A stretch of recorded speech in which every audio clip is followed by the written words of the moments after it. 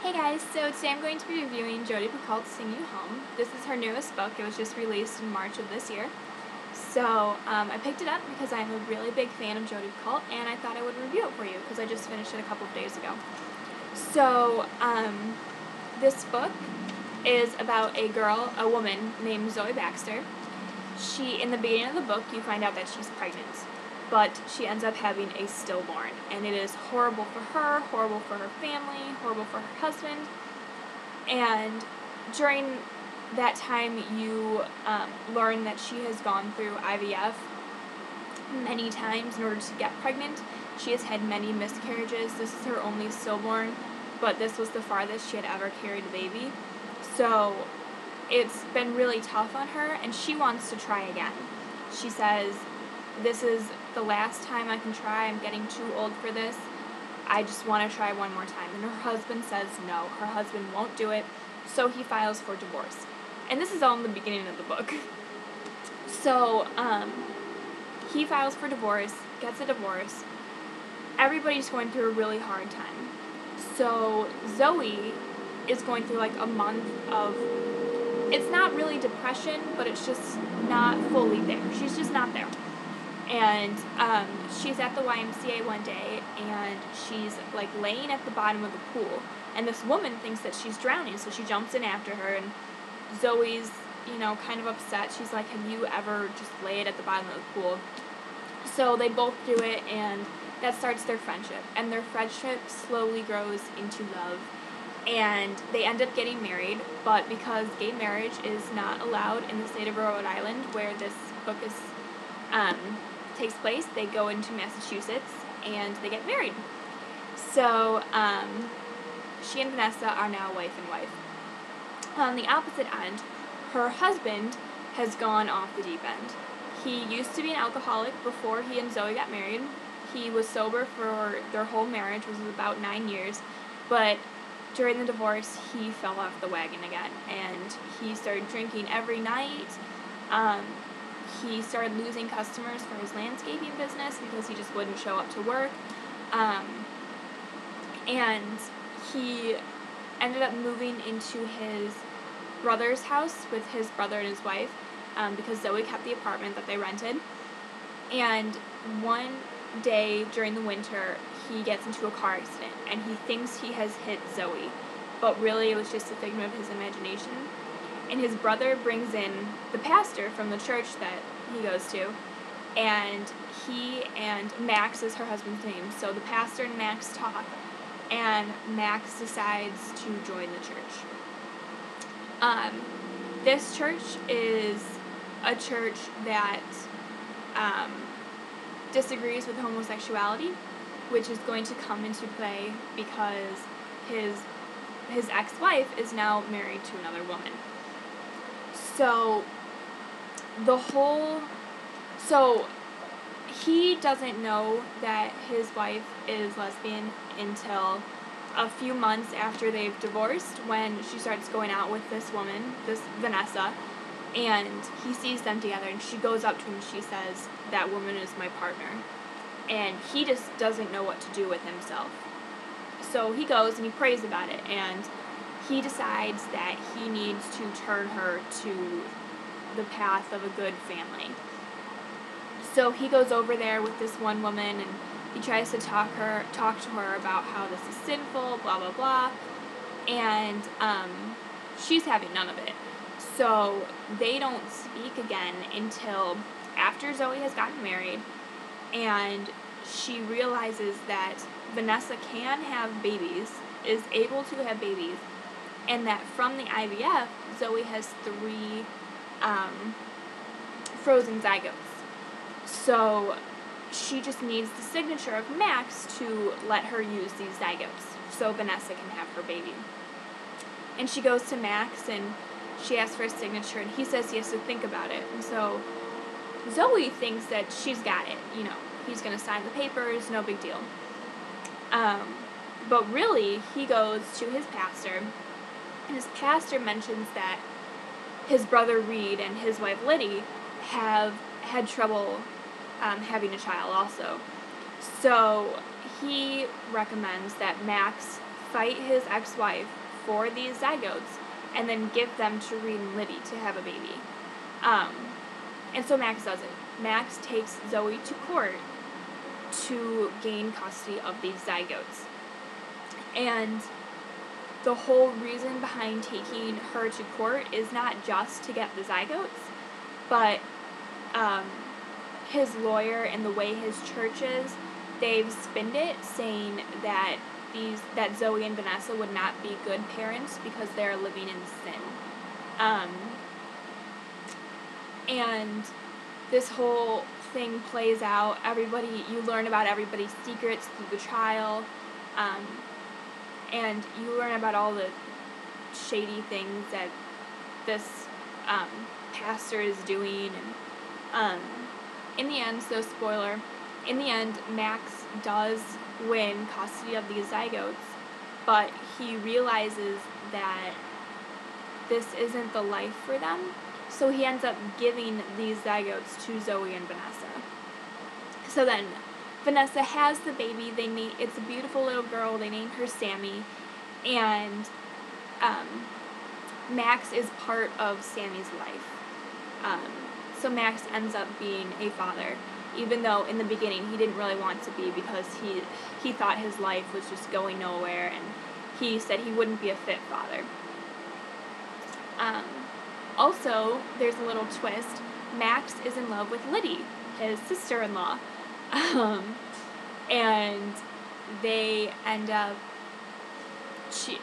Liddy ends up cheating on Reed with Max. And in the end, it doesn't necessarily say whether Liddy and Reed got a divorce, but it's assumed because the last chapter is said in the words of Sammy, and it says that she's going to be the flower girl in Liddy and Max's wedding, just as soon as Max gets around to asking Liddy.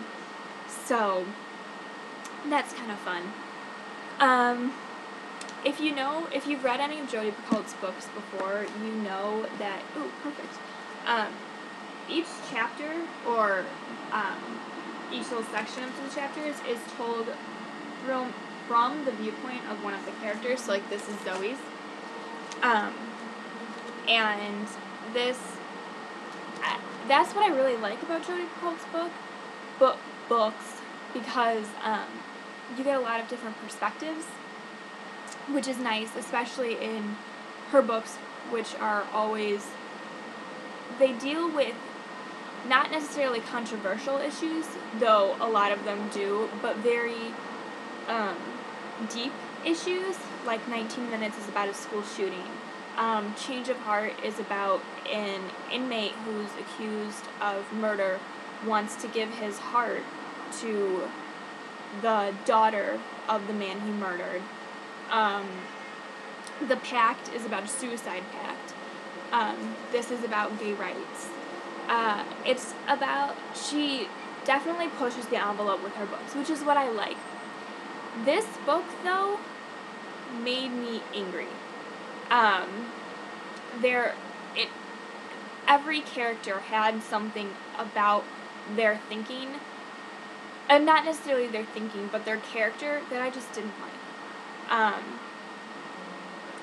And it's like the character of Max, I wanted to skip over his, even from the beginning, I wanted to skip over his chapters because I didn't like how they were written. He was very self-centered and thinking,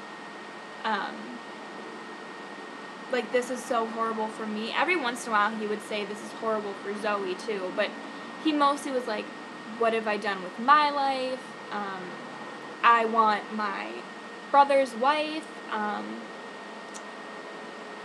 Just about him, which I didn't really like. I liked Vanessa's the best.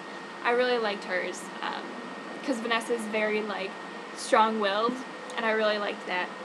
And the chapters were her, Vanessa, and Max, Vanessa, and Zoe. And then, if you've read Jodi Picoult's novels before, you know that the last chapter is always a character who had never had any say in each book. like My Sister's Keeper, Kate, the sick daughter, had no anything during the course of the book, but the last chapter was from her point of view. And the last chapter in this book is Samantha, which is the daughter of Vanessa, Zoe, and Max. So, that is how it's written. Again, some of these characters made me mad, especially during the trial, and because I felt like these characters were all over the place. Like, it doesn't even matter my own point of view on the issue, I felt these characters were all over the place. They didn't really have a set view on how they wanted this whole thing to play out. They kept changing their minds and kept going to different people, and it was hard to get through the end of this book. And the beginning of this book was so sad. I read it while I was in the gym, and I was like on the elliptical, and I was like trying to hold back tears. I'm like, oh my gosh, like, this is so sad, like, on the elliptical, like, so I hope nobody saw that. But, overall, it's a pretty good book. I'm not gonna say it's one of her best. Excuse me. I think she tries to put too many issues into one book. Excuse me. Her past books have normally centered around just one issue, like My Sister's Keeper is The Right to Your Own Body, 19 Minutes of School Shooting, The Pact of Suicide Pact, I've said that before. But this book deals with gay marriage, gay rights, which I guess they go together. It deals with frozen embryos as people. It deals with fertility troubles. It just deals with a lot of different issues, so it's a very heavy book in that sense. And I think sometimes just those issues got all jumbled up, and it didn't seem like there was a clear way through this book, but I do commend her because with the issues that she presented, there aren't many ways to write a book about gay rights or to write a book about zygotes as people. So I think she did do well in that aspect of writing a good book about all of these issues. All in all, I liked this book. I would probably read it again, but not in the near future. So it's not one of my favorites, but it is one that I would pick up. It is also one that I would recommend to people, but like I said, it's a very heavy book, so you need to be mature enough to handle it. Just like all of her other books. I'm in college and I'm reading it. I feel like you should either be at the end of high school or older to read this book, just because of all the issues, and you need to be mature to read this book. So with that being said, I would recommend this book. Like I said, it was a pretty good book, and yeah, so hope you guys enjoyed it, and I'll see you again. Bye. No, that didn't work.